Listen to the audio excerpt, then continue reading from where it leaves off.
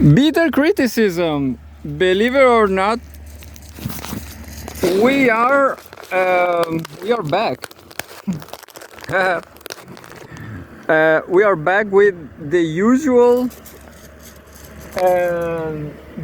content, which is Luna, of course. Do you know Luna? Luna is the new dog. It's nice. She's super nice.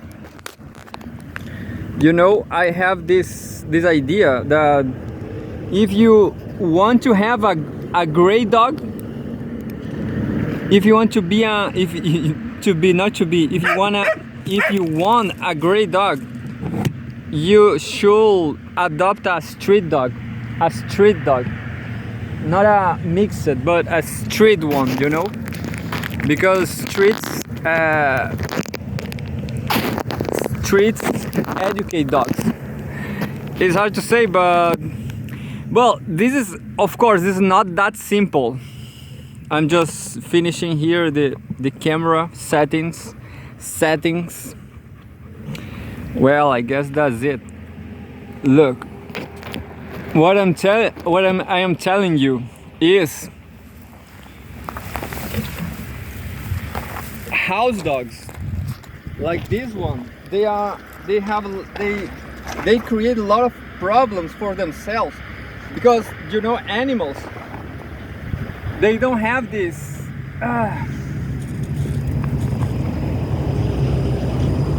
they don't have a huge brain like humans, you know.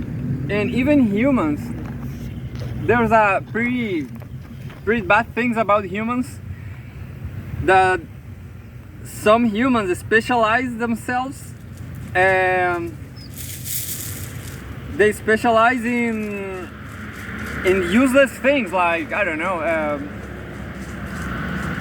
like in this country, for example, humans don't read, they don't have a brain. They specialize in robbery too, you know. And that's it. That's how you can simplify life in a country like this,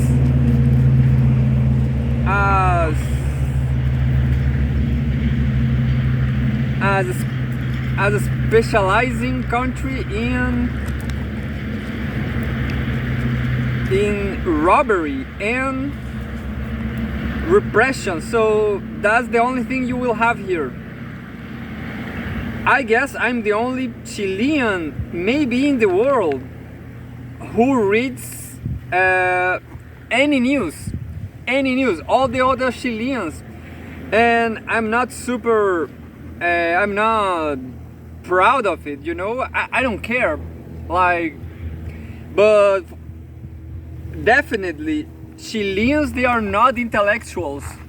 Chileans hate intellectuals, and we have a problem here. We have there's too much sun in this summer, where we are in summer now.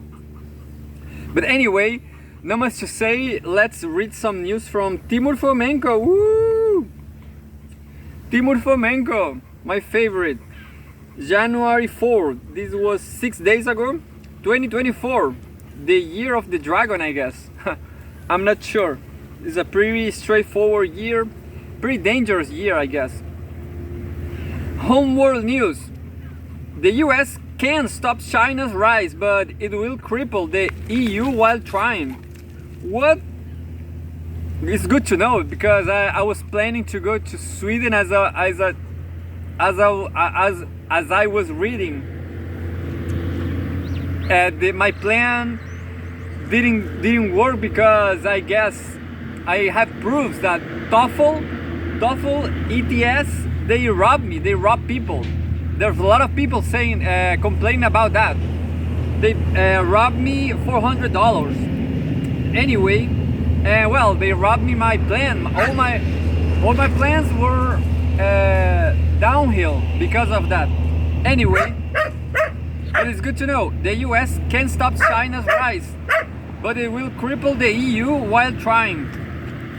Washington's desperate attempts to curb Beijing's high-tech development as hurting American allies more than the Chinese. By Timur Fomenko, political analyst. I will repeat that. Well, I have a lot of expectation on Timur in all these weeks, all these months. I was not reading him, but I buy this new laptop. I guess this laptop was stealing from government policies, educational policies. Can you believe that? But this was just by coincidence. You can check it out. I will give you proofs if you want. But proofs of my innocence. That was I mean. Washington's desperate attempts to curb Beijing's high-tech development are hurting American allies more than the Chinese. The US can stop China's rise, but it will cripple the EU while trying. An employee makes chips at factory of Ye Semiconductor Company in Nantong, in eastern China's Jiangsu province on March 17th. I have no photograph, but that was the description. For years now, the US has been strong arming the Netherlands into accepting technology restrictions on the export of advanced lithography machines to China. These machines produced by the Dutch firm ASML use lasers to help create circuits for microchips. Although ASML is a world-leading specialist company, its foundational patents are derived from the US, which allows Washington to coerce it into following unilateral export controls as the Americans see fit. I know something about this because I reached for this kind of news, especially this news, some long ago.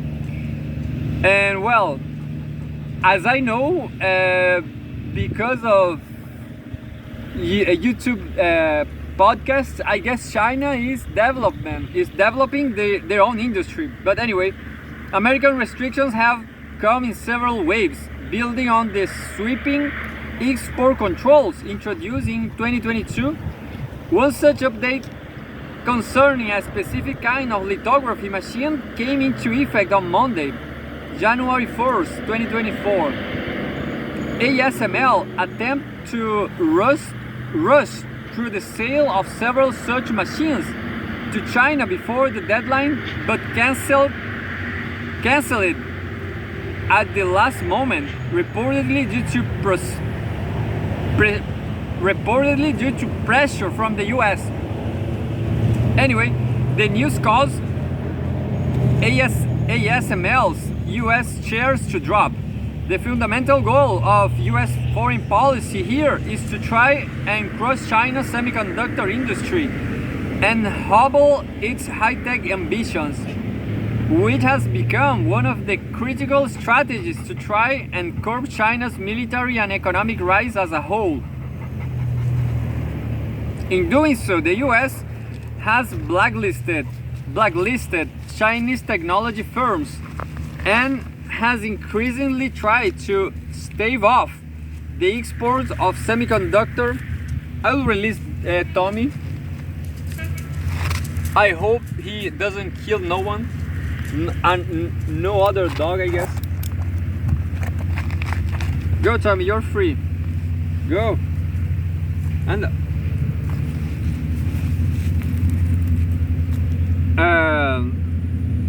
US has blacklisted Chinese technology firms and has increasingly tried to stave off the exports of semiconductor equipment to China, describing it as a small yard, high fence approach.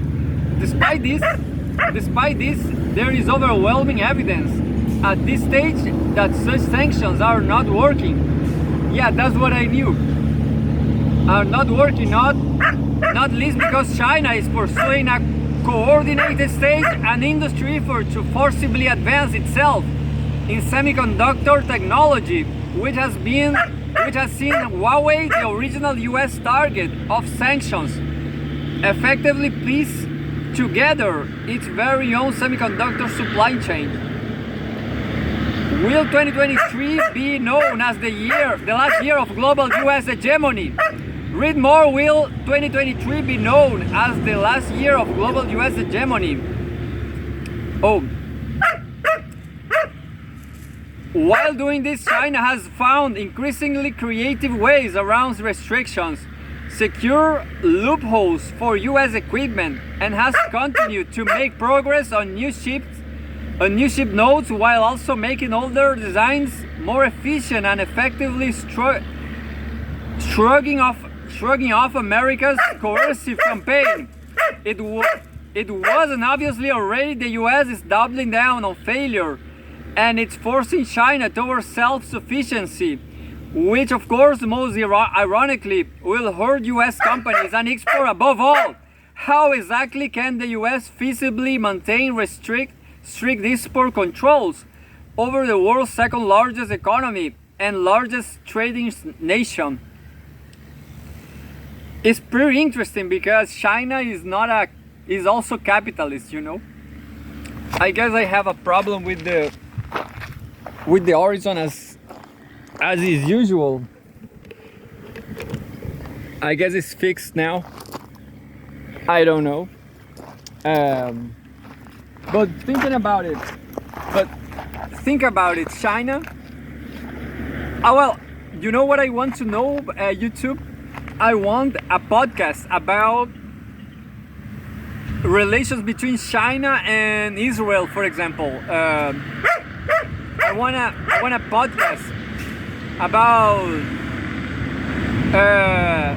capitalism in China.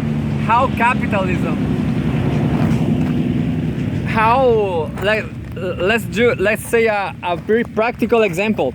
Why China can help Palestine, for example. You know, we have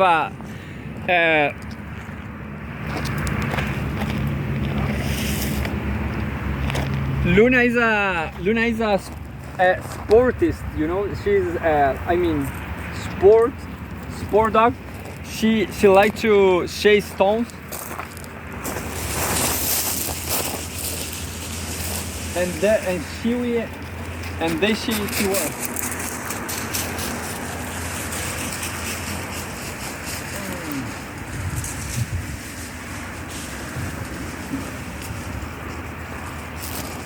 Funny because she's completely mixed. She has no pedigree, at least not. Luna hasn't a visual pedigree, you know, but she behaves like a pedigree dog, chasing stones and stuff. Quiet. However, moves target at companies such as ASML show that the US continues to represent an obvious threat and challenge to European economic competitiveness and prosperity. Why? Because EU firms are being forced by command of a third party to sever ties with their most lucrative market in order to meet American goals. The US likes to claim that it supports free and fair trade in market government by the rule of law. But what kind of rule of law is there in a system where a firm you operate has secured a larger number of sales in anticipation of a restriction deadline imposed by a third party outside of your legal system, and then has to cancel those sales anyway because the same third party doesn't want to wait for the deadline. I guess Timur Fomenko is a genius, and this is why. I will read the whole. I will never finish all my Timur Fomenko news. But look, ignore Luna barks. Ignore Luna barks. However, moves targeted at companies such as ASML show that the US continues to represent an obvious threat and challenge to European economic competitiveness and prosperity. Why? Because EU firms are being forced by command of a third party to sever ties with their most lucrative market in order to meet American goals. The US like to claim that it supports free and fair trade in a market government by the rule of law. But what kind of rule of law is there in a system where a firm you operate has secured a large number of sales in anticipation of a restriction deadline imposed by a third party outside of your legal system, and then has to cancel those sales anyway because the same third party doesn't want to wait for the deadline? I'm not angry, I'm just competing with Luna's barks. But screaming, yeah, great. Screaming, yeah, what a cool thing to do. I guess Timur Fomenko, it is a genius, you know. China is the world's largest semiconductor market, whose high-tech development fuels great demand for microchips than anywhere else in the world. The US believes it can hamstring China's long-term prospect by blocking this ascension as the country moves away from low-end manufacturing. Washington's plans to stop China's development and introduce stagnation is based on faulty logic that China is incapable of innovating or moving forward without Western technology, which goes against all evidence to the contrary.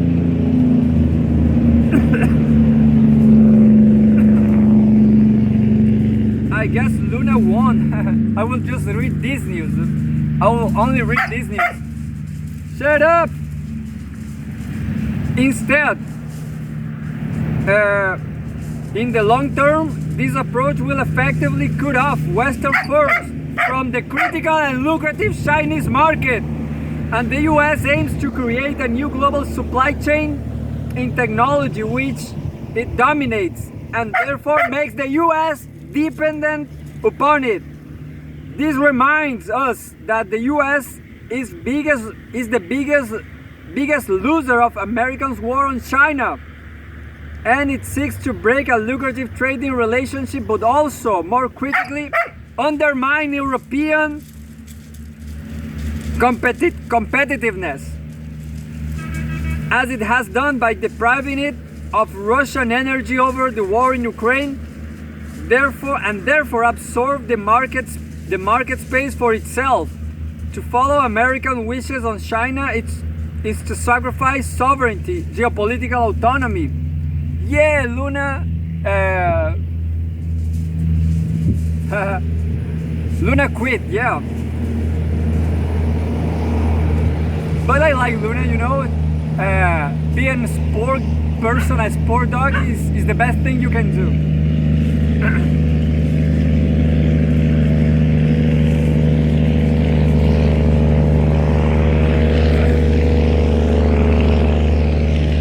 Remind us that the EU is the biggest loser of America's war on China, as it seeks to break a lucrative trading relationship, but also, more critically, undermine European competitiveness, as it has done by depriving it of Russian energy over the war in Ukraine, and therefore absorb the market space for itself. To follow American wishes on China is to sacrifice sovereignty, geopolitical autonomy, and prosperity to serve the goals of the United States.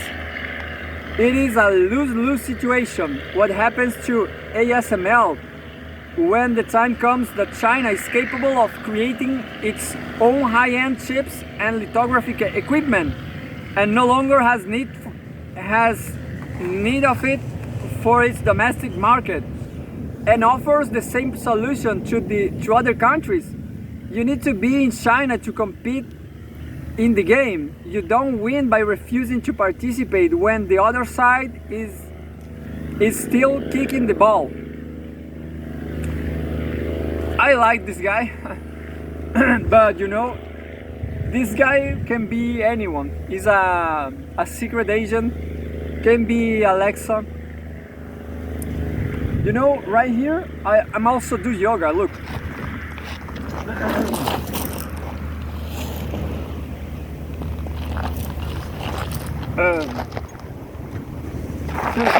Things like this, look.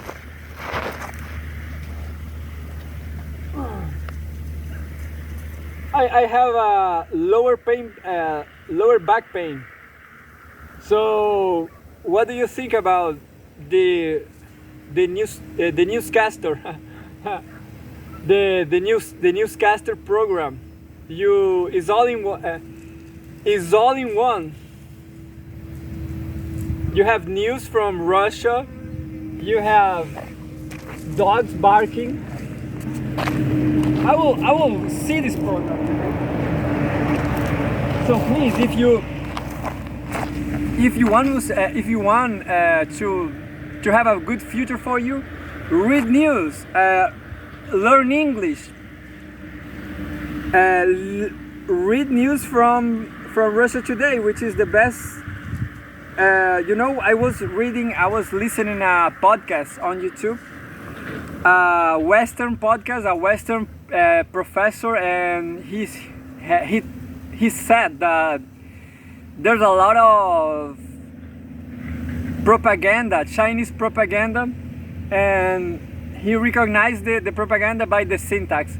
Well, I guess it's the opposite. You know, YouTube take off my podcast, take off the critical content, I guess. Now they only show me yoga babes showing their ass, which is fabulous, but I miss my podcast. Anyway, we're gonna read another news. 31 December, the last day of the year, the last year. Fucking noisy trucks.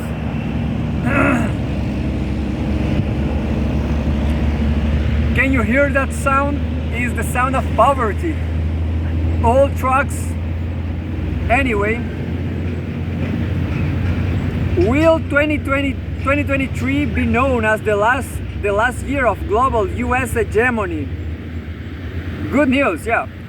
From Ukraine to Israel to China, the chaos of the past year saw the American hold on the reins of the world slip.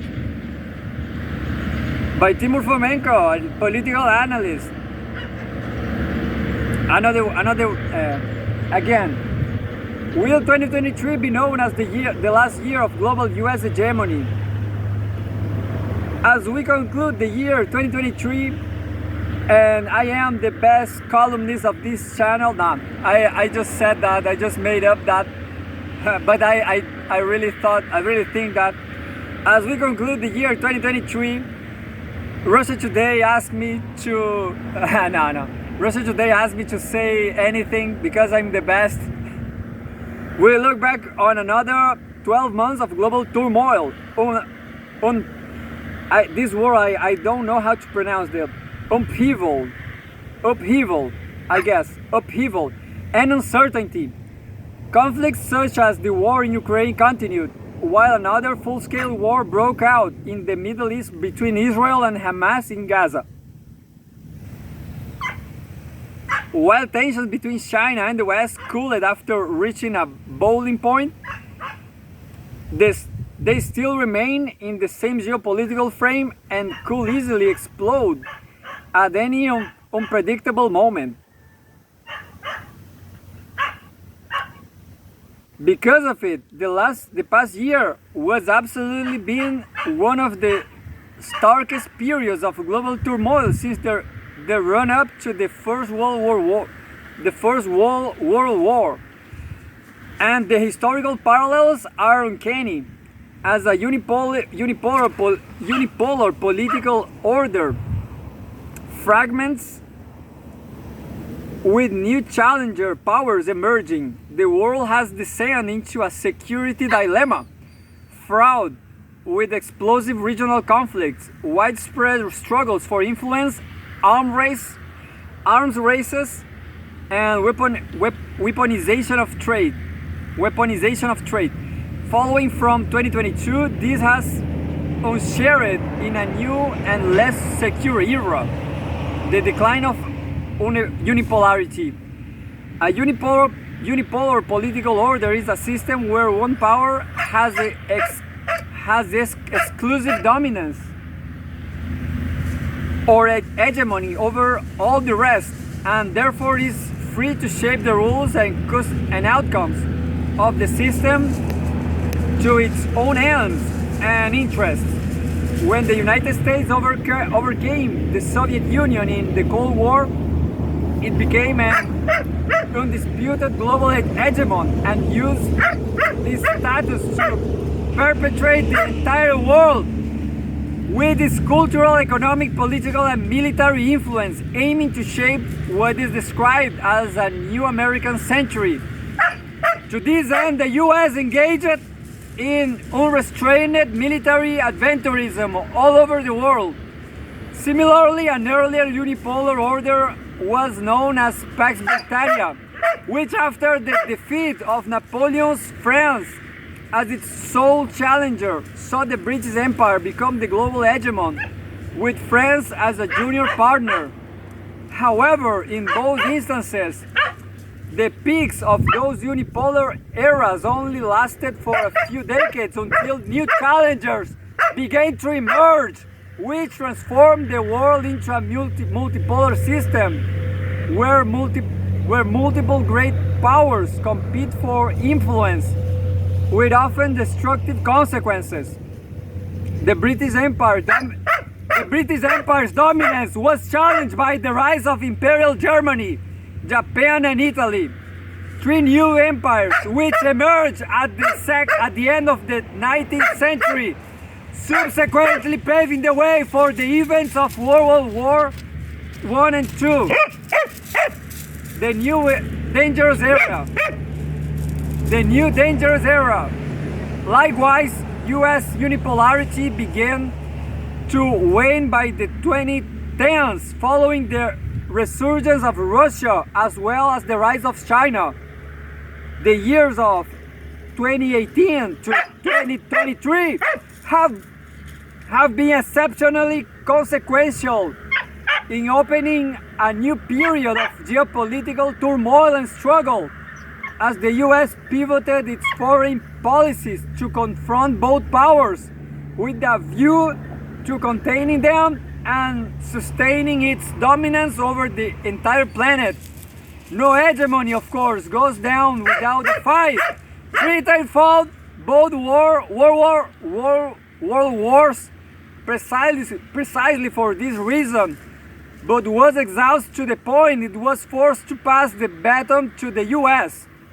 Similarly, in the modern day, neither will America go down without a fight. Even Timur. Here's why Russia enters 2024 in a better position than it was in 12 months ago. You know, I just screamed because of the dog, because of Luna. This is the dog who came here. She's pretty nice. She's only too noisy. The dogs are beasts.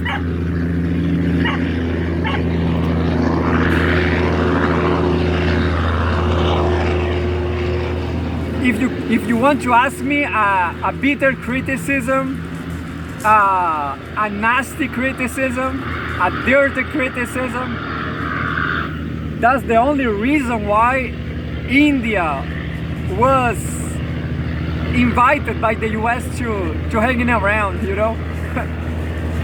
The US doesn't really care about India, you know, and they are desperate. The US is desperate because of all of this, because of China and Russia, and they're trying to use India as soldiers. Well, I just made that criticism because of dirtiness, yeah. because of criticism, because of bitterness. Because, you know, the Americans are racist. They don't care about Indians. They don't want to use them. And this is why the year 2023 has been immensely significant in this regard. First, the war in Ukraine has continued, with the US aiming to encroach on Russia's strategic space and impose a strategic defeat on Moscow with NATO containment. However, while Russia suffered initial setbacks in 2022, this year saw Ukraine fail to make any progress despite immense media hype, and the war has started to turn against Kiev, and the West loses the political will to continue baking it in an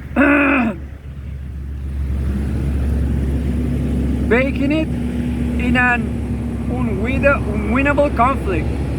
This will ultimately shape the future security architecture of Europe, and Russia will now be looking to impose nothing less than a total defeat on the far-right puppet state in Kiev. This article is so long, but I will try to reach to the end. But beyond this, what has been more important to this year and ultimately was... Oh, I missed it.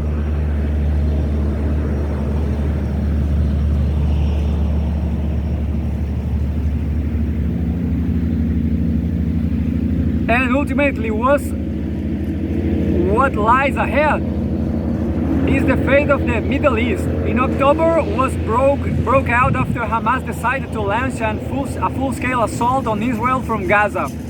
The war was triggered by the US appeasement of Israel's hardline policies through the Abraham Accords, as well as the emerging multipolarity providing more political space for Hamas to resist. Israel responded with an overwhelming bombardment and invasion of Gaza, invoking strong condemnation from around the world. It aims to militarily occupy the Strip, a series of decisions which will push the Muslim world's relations with the Zionist state to the point of no return, and therefore pose consequences for the entire region, which in turn will impact the West's engagement with the global South and the power struggle there with Russia and China. Ultimately, the war is also a market failure of the hardline US policies on Iran and unsuccessful attempts to try and contain it by force. Just 10 minutes, just more 5 minutes.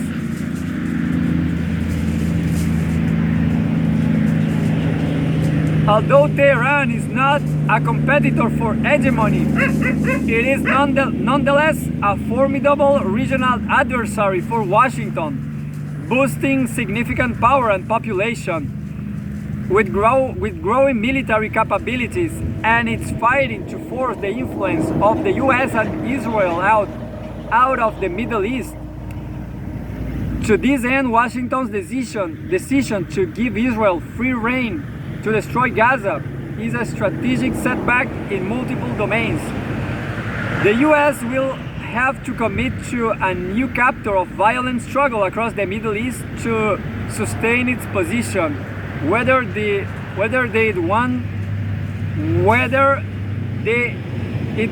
to or not. Then, of course, there is the top priority of American foreign policy, the ongoing struggle with China. Washington seeks to contain the rise of Beijing as a military and technological superpower, and military encircle it in the region it calls the Indo-Pacific. Although presently the two sides are undergoing detained after Xi Jinping met Joe Biden in San Francisco. With the Taiwan issue likewise less critical in 2023, the relationship nonetheless remains the overall driver of the strategic environment we live in today. And there is little expectation the US will relent. Beijing is patient and prefers to play the long game, but is certainly rising to the challenge, which enables every other actor to assert its position and thus further stretch the international order. Thus, 2023 has been geopolitically decisive, the divisive year that will certainly be remembered by the history books, especially in reference to the Middle East, and will usher in 2024 as another decisive year which may determine the outcomes of many of these conflicts. The old world, the comfortable world of American privilege, is evaporating, and we potentially now face the return of a world we had hoped has confined to the experiences of our forefathers, who said history was over. Francis, it was pretty nice because it was like a provocation, but it's just because of the dog. This series, you know, this season will be it's just because of the dogs. Like bitter criticism just because of the dogs.